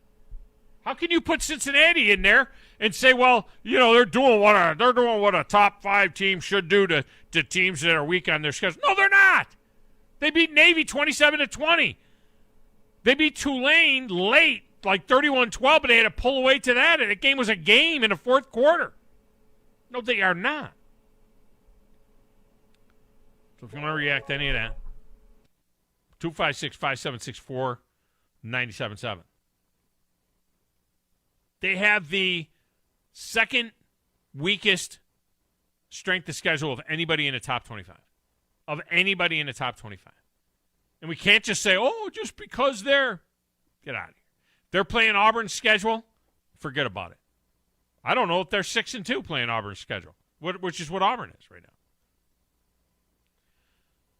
Shane Sean is up. Shane Sean, how'd you like that 18-second wait? Oh, that was awesome. That's like the quickest I've ever seen. Yes, quickest you've ever got in. Quickest you've ever got in. Ever. And there's not even a close second. Yeah. How could you say that they have to put Oklahoma in? Oklahoma has looked terrible in 75% of their games, and now they've got another quarterback, and they still don't look great. I would put Michigan State and I would put Cincinnati in over Oklahoma right now, and I'm not just saying that. Would Cincinnati beat Oklahoma on a neutral field right today? I think they would. You think Cincinnati would beat Oklahoma on a neutral field right now? I sure do. Now, in two with or three Caleb games, Williams at quarterback, I may not feel that way if Oklahoma starts gelling a little better. But didn't they with Caleb Williams throwing 6 touchdown passes against Texas Tech? Didn't they look like they're starting to gel a little bit better? And remember that the last 2 games. But Cincinnati barely beat Navy and barely beat Tulane. So how could Oklahoma? Oklahoma barely beat Tulane. Barely. I'm talking barely. Well, Tulane came back to tighten that up. They were up a couple of touchdowns, but yeah. Does it matter? The final score is what matters, right? They don't judge a game by what happened in the first half. They judge it by the final score. All right, fair enough. I'm just saying, but don't you judge it? Don't you? No, I know, but don't you also judge it by where they're at now versus the first game of the season or second game of the season? Yeah, I do. And I don't see them being that much better. I mean, they're better, but they're not that much better. If it was me, it would be Georgia, Michigan State, then Alabama. I wouldn't put Oklahoma. I would put Ohio State over Oklahoma. I would put Cincinnati over Oklahoma right now. But I would have Oklahoma. I would have more than likely. I would have Ohio State as 4. I don't know why. That's the way I feel. Yeah. All right. Well, that's fair. Oklahoma has been in the playoffs every time. They barely score a touchdown. Barely. I don't think either one of them is going to be in there for tonight. Right now, I don't think either one is going to be in there. So who? Tell me again. Who do you think is going to be the top 4? I think that they will have Alabama and Georgia for sure. And, yeah, I think they'll be 1 and 3. Okay, and I think that the other 2 are very, very possibly going to be Michigan State and Ohio State.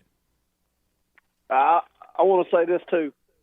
You can say anything you want. Anybody can. And nothing will change my mind about this.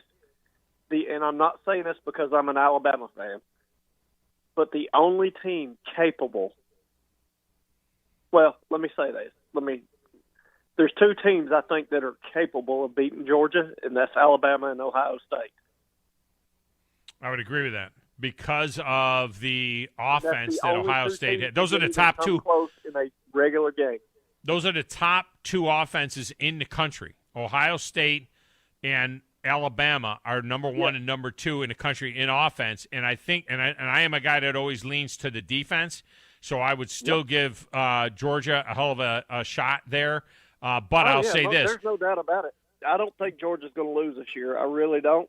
I hate it. I want to puke every time I say them words. But sorry. Well, what I'll say about that is this: it depends on what Alabama defense shows up on that day, and how good do you have to be against a Georgia offense that now again. Is JT Daniels the quarterback? Is he really hurt? I would put JT Daniels in under no circumstances right now.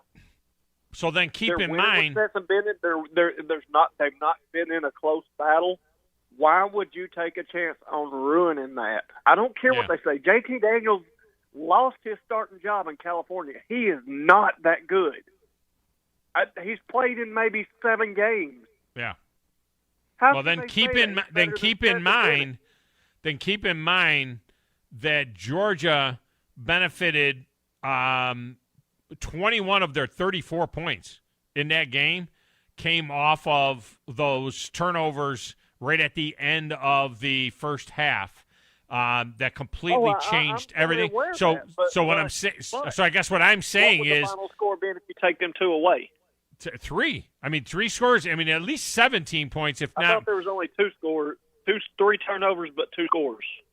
No, they scored. They had the 11-yard touchdown run by Cook, was off a turnover with 2:16 to go in the quarter, and then they had the 36-yard touchdown pass that came off of a turnover, and then they had the 50-yard interception return for a touchdown right before the end of it that the defense scored. So they were set up twice. So there's three touchdowns. There's 21 points directly related to extremely short fields or a defensive score. So now you're talking about out of the 30, they only scored out of the 34 points. They only scored really 13 points driving the ball down the field. Well, I'll tell you this. Kirby Smart flat out said that JT Daniels was cleared to play. He was healthy. If he was cleared to play and healthy, JT Daniels would have been playing in that game. Mm-hmm. Do you not think so? I would think so. If he had any inkling of playing him? Yeah. Unless he's just wanting to hold him out to make sure that he don't have a flare-up is the only thing that I can see. Right. Yeah. I don't know, but Alabama and Ohio State's the only 2 teams in football that can compete with Georgia this year. And it's going to depend on if Alabama can. It's going to depend on what defense shows up that day. Right. That's a good point. All right. Good job by you. Appreciate you. Y'all have a good Check this story out, Grizz. This is amazing. What's up? I had this in my bailiwick yesterday. Yeah. But I didn't get to it. Justin Martin is a UCLA commit, right? A quarterback commit at UCLA. Yeah. And he plays for Inglewood High School.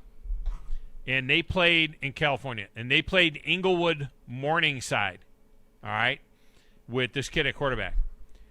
Inglewood High School won the football game 106-0. 106-0. Now, check this out. A little bit. They were up 104-0 and went for 2 to make it 106. That's just a jerk thing to do right there. You're already winning by so much. I mean, you could say that at, I don't know, 40, 50. They were up 104-0. But, like, when did the scrubs go in? You know what I mean? Like, when? Never. The starting quarterback stayed in, and then he was just still tossing it around to the backups like Tom Brady? Martin threw 13 touchdown passes in the game. 13 touchdown passes in a game. The national record for touchdown passes in a game was set by Arthur Smith, not your coach, but Arthur Smith in Nebraska for 15 touchdowns in 1921. He was probably working at FedEx, the real my Arthur Smith, because his like dad owns it or something like that. 100 years ago. Yeah. In Nebraska, the guy threw 15 touchdown passes. and check this. Brian Collins they didn't have a stop is the clock. Inglewood Morningside head coach is Brian Collins, the team that got beat. Yeah. He asked the officials if they would ask Inglewood if they would go with a running clock in the second half, and they said no. That is messed up. What was the score at second half? If it was 35 or more, you have to. That's just that's a state rule. This should be agreed upon. That's not the California rule. That's not the California rule. California rule is like, nope, flip a coin. Both coaches have to agree on it. Inglewood Morningside's coach said, quote, "It was a classless move. I told them, go play St. John Bosco or Mater Dei." Talking about, some of the top teams. Yeah. I want to see IMG go to that school next year. The one that scored 106. IMG, go play them for a little bit. See if they like that. Back at him. Who knows? They might hang with him. Collins went on to say that he requested if they would go to a running clock in the second half, and they refused to. He said he was surprised that Justin Martin, played as much as he did after announcing his commitment to UCLA, and he called the whole ordeal bad sportsmanship. The Inglewood coach has yet to respond. Inglewood is 8-0 during the regular season, and they begin the playoffs coming up this week. I'd play man and just blitz like 6 or 7 on him every time. I've just been like, you know what? You're already up 100 and whatever. Let's just get after the quarterback. You're going to put your starting quarterback out there, a guy that's, very highly talented, clearly. You're up by so many points. You don't think the backup quarterback would like to get some reps in? Is this the last game of the season for them too? Yeah, last regular season game. See, that's what I don't understand. They went for 2. Are they going to the playoffs? 104-0, and they went for 2. Were they tuning up for the playoffs? Are they going to the playoffs? Yeah, but they're 8-0. Yeah. So I mean, they're tuning up. I mean, but that's the thing. It's like that's messed up. That's terrible sportsmanship. But you got to stop them too, right? I guess if you're on the other side of the ball, you're just having fun the whole time. But man, that would just hurt. I've been on some shutouts when I sat the bench. But it's not fun. It's not fun to lose by a shutout, but to lose to 106-0, that's a little much to keep pouring it on. It reminds me of the story that may or may not be true. But Ohio State was leading Michigan 50-14. And this was like back in the 60s, 1968. Yeah. All right. And it was the year they won a national championship, 1968. And they were up 50-14. And with 1:23 left in the game. And Ohio State went for 2. And they asked Woody Hayes after the game. Yeah. And Michigan was number 4. Ohio State was number 1. Michigan was number 4. They went for 2. And after the game, they asked Woody Hayes of Ohio State. They said, "Why did you go for 2 up 50-14 with 1:40 left in the game?" And he said, "Because they wouldn't let me go for 3." That's the story anyway. Now, the reality is, the sidebar to the story is that he maybe went for 2 because his long snapper was hurt, and he didn't have anybody that could go for, that could do it. But,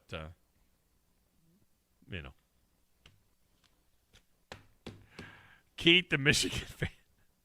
Keith, welcome in. How are you? How do you like that? Keith's a so new record. There's a 4-second wait. Keith, welcome in. How are you? I'm doing all right, big dog. I had to call because that story is true. As a kid, I remember me and my buddies watching that game, and it's like he's going for it, 2 points. Yeah. I mean, we can't beat them. But anyway, what hurts me, though, the most about Michigan's loss is before the freshman quarterback came out there and fumbled the handoff, we were on our way to score again.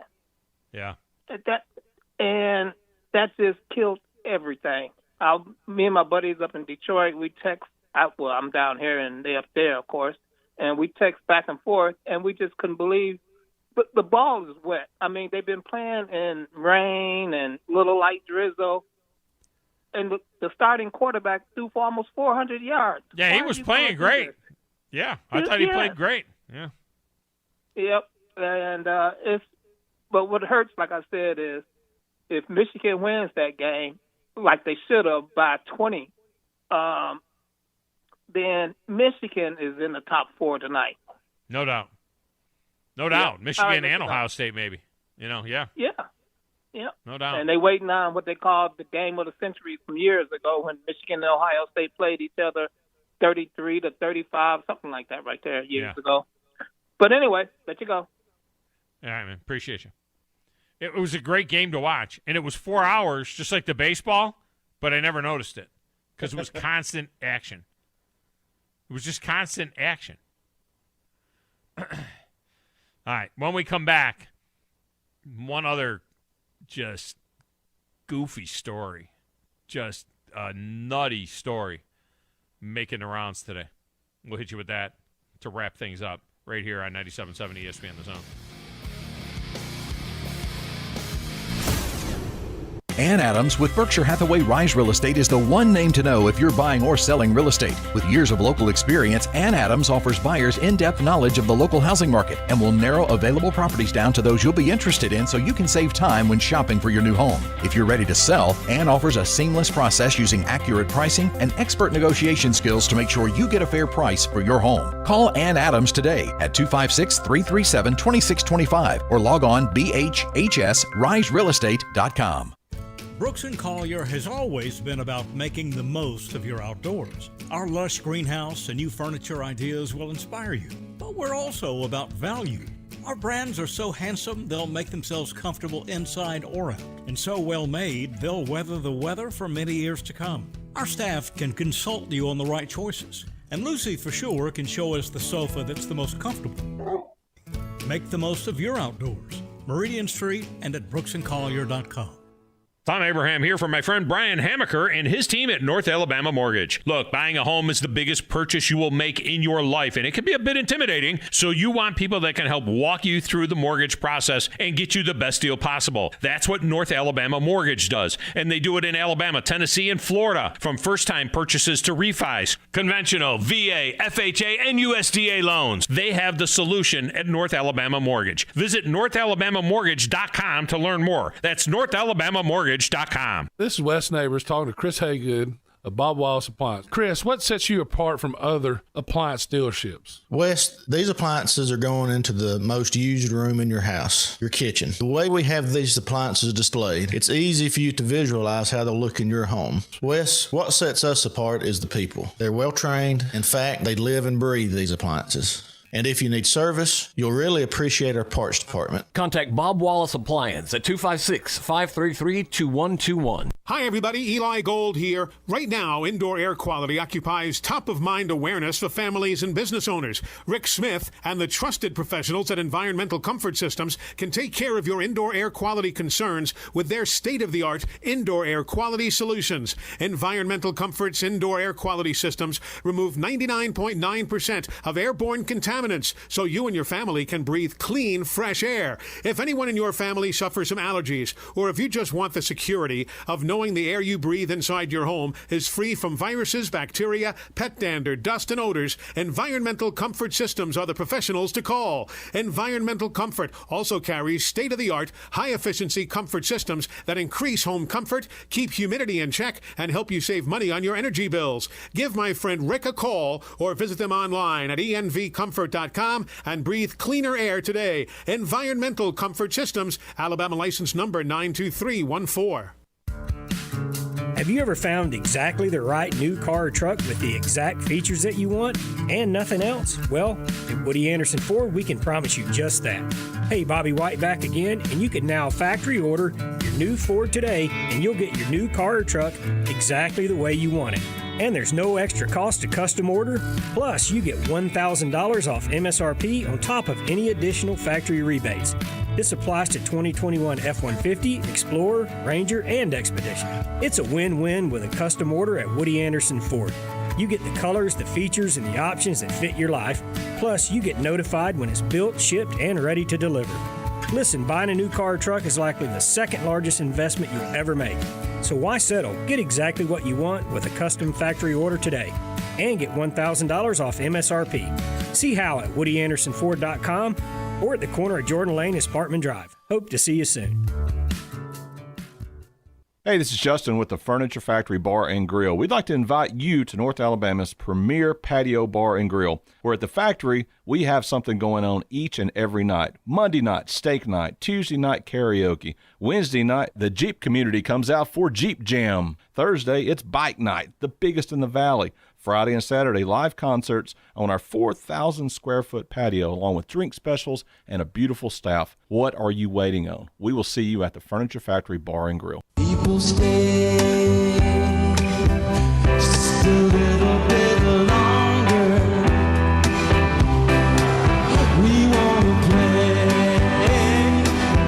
Moulton hates when we play Stay at the end of the show. I like it. Grizz likes it.